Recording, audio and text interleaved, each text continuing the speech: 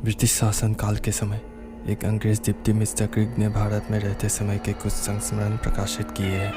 उनमें एक अध्याय भटकती आत्माओं की भी है।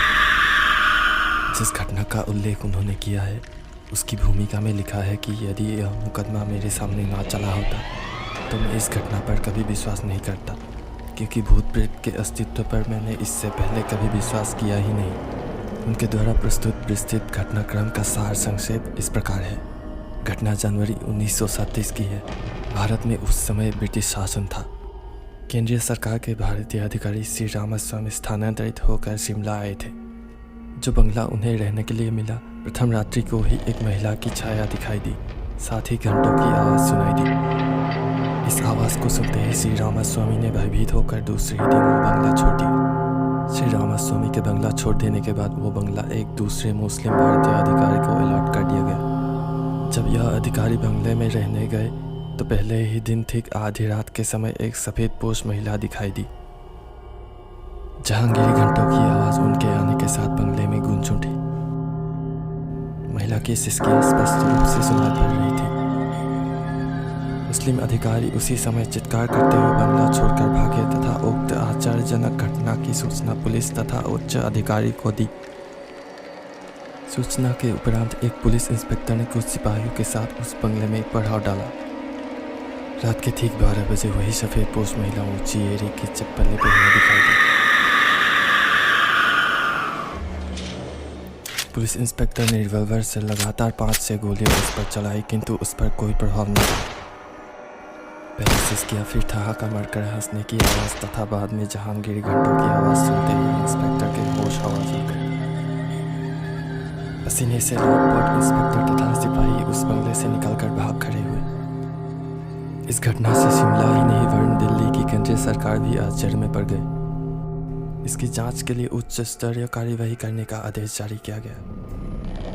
प्रेतात्मा का इस रहस्यमय स्वरूप का मजाक उड़ाते हुए अंग्रेजी सरकार ने दिल्ली से एक अनुभवी एवं साहसी इंस्पेक्टर श्री आगा के नेतृत्व में एक पुलिस दस्ता घटना की जांच के लिए भेजा।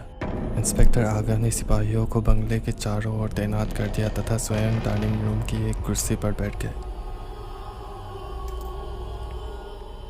इंस्पेक्टर आगा की कुर्सी पर बैठते ही एक विचित्र बिल्ली उनके पास से उछल कूद मचाती हुई कमरे में ही गायब। वे भयभीत तो हुए, परंतु साहस जुटाकर अपना रिवॉल्वर भरकर सचेत होकर बैठ गए।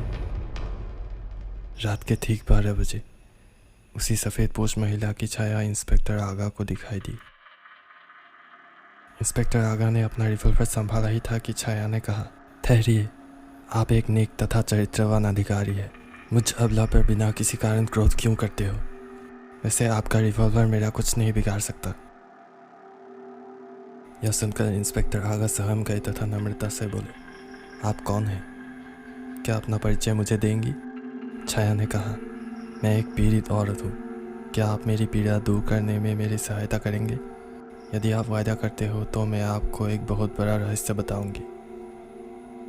इंस्पेक्टर आगा ने तुरंत कहा, मैं आपसे वादा करता हूँ, मैं आपकी पूरी मदद करने की कोशिश करूँगा। आश्वासन पाकर छाया ने दुख भरी कहानी कहना प्रारंभ की। मैं एक पहाड़ी लड़की थी।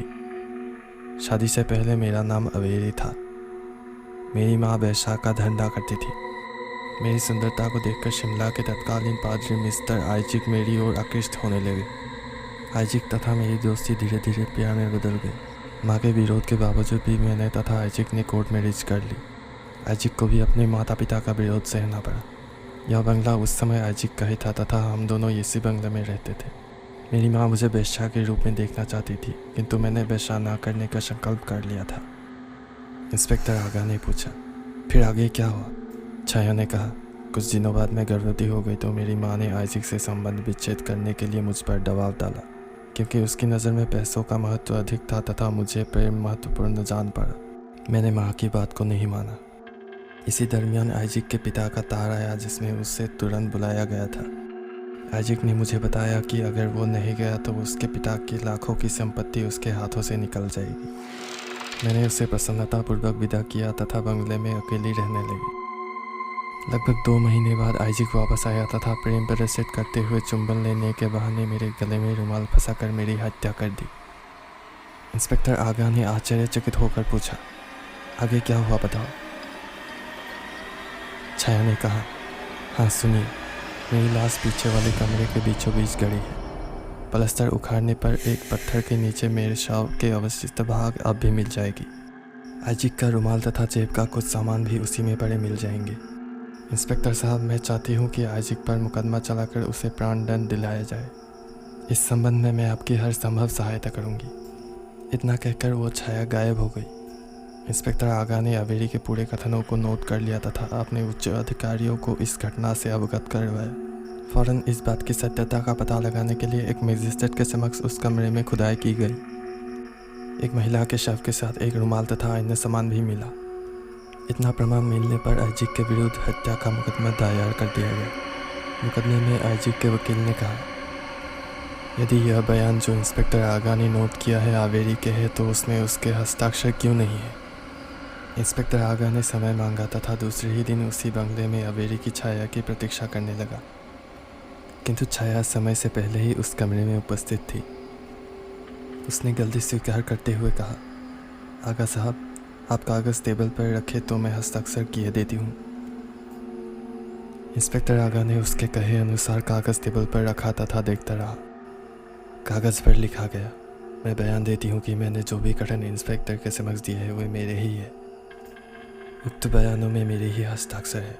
हस्ताक्षर अवेरी। अगले दिन कोर्ट खुलते ही मामला पेश हुआ। वकील तथा जज सभी आश्चर्यचकित थे। ठीक वही हस्ताक्षर जज की फाइल में बंद अवेरी के बयानों में भी पाए गए।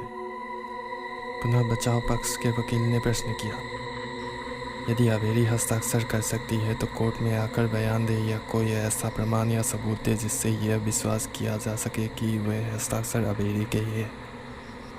समय मांगकर इंस्पेक्टर आगा वापस रात में अवेरी से मिलने गया तथा उसे सारी बात बताई तो अवेरी ने बॉम्बे से भेजा गया आइजिक के पिता का तार व कोर्ट मैरिज के कागजात के बारे में बताया तथा उन्हें कहाँ बंगले में रखा गया है यह भी बताया। अवेरी ने यह भी बताया आइजिक के पिता की मृत्यु हो चुकी थी। यह झूठा तथा फर्जी तार आइजिक ने मुझसे पिंड छुड़ाने के लिए मंगवाया था। कोर्ट में पहुंचकर इंस्पेक्टर आगा ने आइजिक के नाम का जाली तार व विवाह के कागजात प्रस्तुत कर दिए। आइजिक ना तो यह सिद्ध कर सका कि उसने अवेरी को तलाक दिया था, न यह बता सका कि वो कहाँ है। अंततः आइजिक ने अपना अपराध स्वीकार कर लिया और उसे फांसी का सजा सुना दी गई। प्राणदंड के निर्णय के दिन इंस्पेक्टर आगा पुनः उसी बंगले में गए। जब वो उसी कमरे में अवेरी का इंतजार कर रहे थे तो अचानक उन्हें नींद की झपकी आ गई। स्वप्न में अवेरी की छाया ने उन्हें धन्यवाद दिया तथा कहा, अब मेरी आत्मा को पूर्ण शांति मिल गई है तथा अब इस छाया शरीर से मुक्त हो रही हूँ, अतः भविष्य में आपसे ना मिल सकूंगी। आपने जो कुछ भी मेरे लिए किया है इस एहसान का बदला मैं नहीं चुका सकती, परंतु मेरी यह इच्छा है कि बेडरूम के पीछे वाली खिड़की के नीचे एक बक्सा गड़ा है, उसे आप खोद कर निकाले तथा अपनी धर्मपत्नी को मेरी हार्दिक भेंट के रूप में उसे दे दे। इतना कहकर वो छाया गायब हो गई। सुबह होने पर इंस्पेक्टर आगा ने वो स्थान खुदवाया। वास्तव में उस स्थान पर एक बक्सा निकला जिसमें लगभग 25,000 रुपये के मूल्य के सोने के आभूषण मिले। इंस्पेक्टर आगा ने पूरी ईमानदारी के साथ बक्से को सरकारी खजाने में जमा करा दिया, परंतु अंग्रेजी सरकार ने इंस्पेक्टर आगा की ईमानदारी तथा सफल प्रयासों के पुरस्कार स्वरूप वो पूरी संपत्ति उन्हीं को दे दी।